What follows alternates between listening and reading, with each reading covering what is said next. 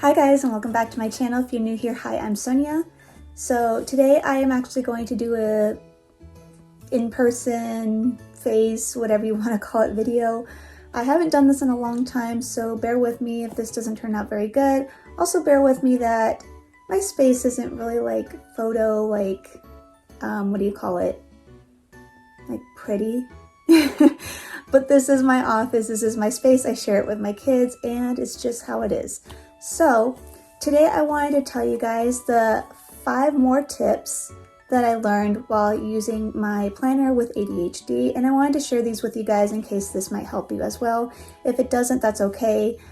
Everybody is different, and I'm not a professional, so let's go ahead and get started. The first tip that I learned is to not overstuff my goals. Now, if you're anything like me, when it comes to goal setting, you're very excited, you want to do all the things, you want to set up your goals, you want to do this and that, you want to explore whatever it is that you're into. For me, I did this for the past few years, and though it was fun to want to do all these things and have all these like big bright ideas and stuff that I wanted to do, it's not realistic to my life and just me in general having ADHD. The problem is because when I have so many goals, especially when it comes to the daily and weekly goals, I have so many of them that I can't keep up with them. There's too many for me to remember in my mind. There's too many to check up on, and things start to fall down, especially the ones that I'm a little more like motivated or excited to do. Those are the ones that kind of go that just fall down first. So what I learned to do for the year of 2023 is to shorten the amount of goals that I have, especially when it comes to like the daily and weekly goals, just to hopefully make it less overwhelming and easier for me to remember and to follow each and every day. Any other goals that I want to do, maybe that's something I can do in the future. Maybe looking at my goals, like writing down all the things I want to do and just kind of picking out the things that really stand out to me, the things I really want to focus on for the year of 2023. So the second thing that I learned is to really keep all the important stuff that I want that are in my planner with me at all times. Now, it doesn't matter whether me or you are a one planner person, 2 planner person. I think the important thing is just to have all of the stuff with you wherever you plan to be most of the time, whether that's in your kitchen, in your living room. I keep this I like to sit on the edge of the couch, so I keep this right there for me to just kind of look at whenever I need it.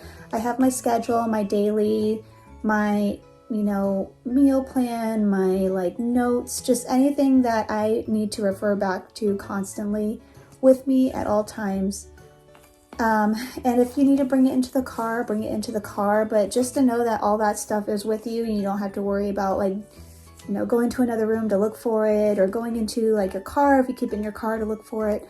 I don't know, I just think it's really helpful just to have all that important stuff. So if you get a call that you need to make an appointment, you have it right there with you and you can just schedule it, and you don't have to try to find a piece of paper to go make the schedule or anything like that. So that is something that I learned that I think is really helpful for me, to keep it as close to me as possible, to know that I have everything I need and I can just relax and know that it's there.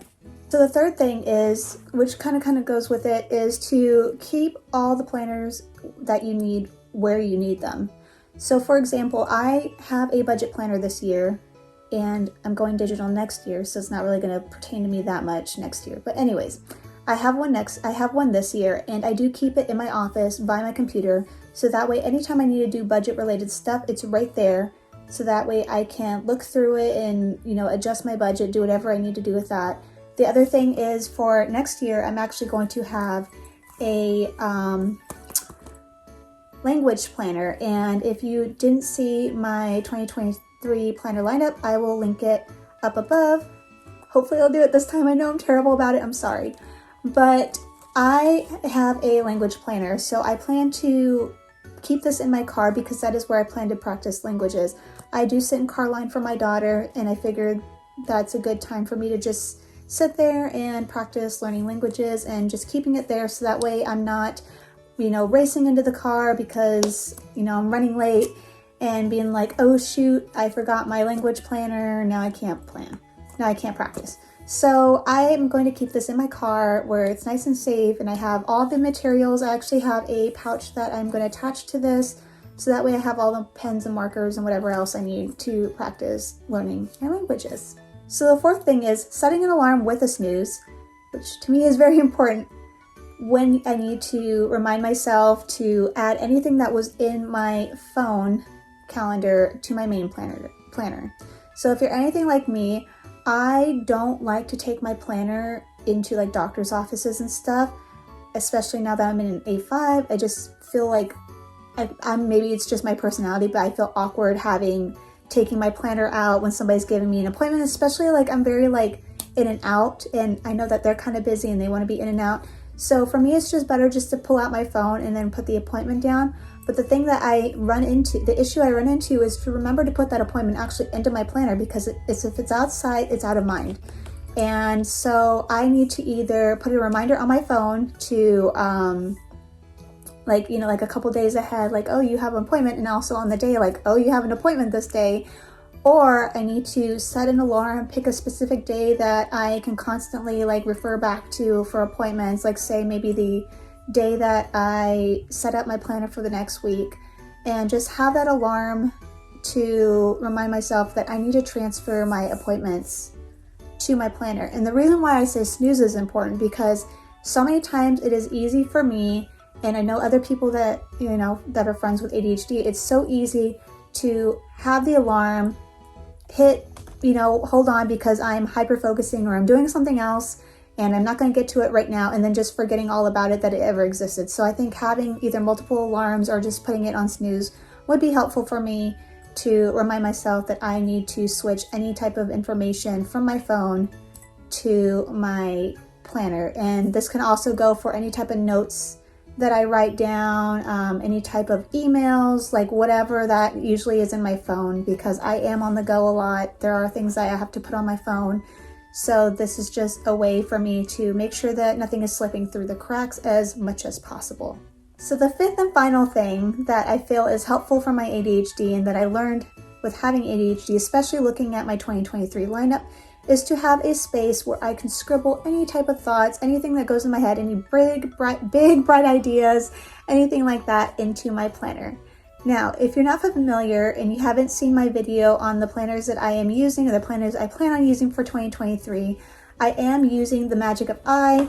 This used to be my journal, but it is now my planner. And the thing about this planner is there are not a lot of notes pages, and the ones that are on here I am actually going to be using. So I actually put a little notebook, it's the Hobonichi notebooks, in the back, so that way anytime I have any ideas, thoughts, anything I need to brainstorm, write down, lists, whatever, it's right here. I can keep it with me, and I just have a space that I don't care about. I'm not worried about like running out of note pages or whatever. So this is just very helpful. And the nice thing about these Hobonichi A5 little notebooks, and they also have the Hobonichi Weeks ones, is that it doesn't take up a lot of space. So that is something I am going to incorporate into my 2023 planner lineup, because being me, I have a whole bunch of things going on in my head, and just to write them down just kind of eases me, as well as,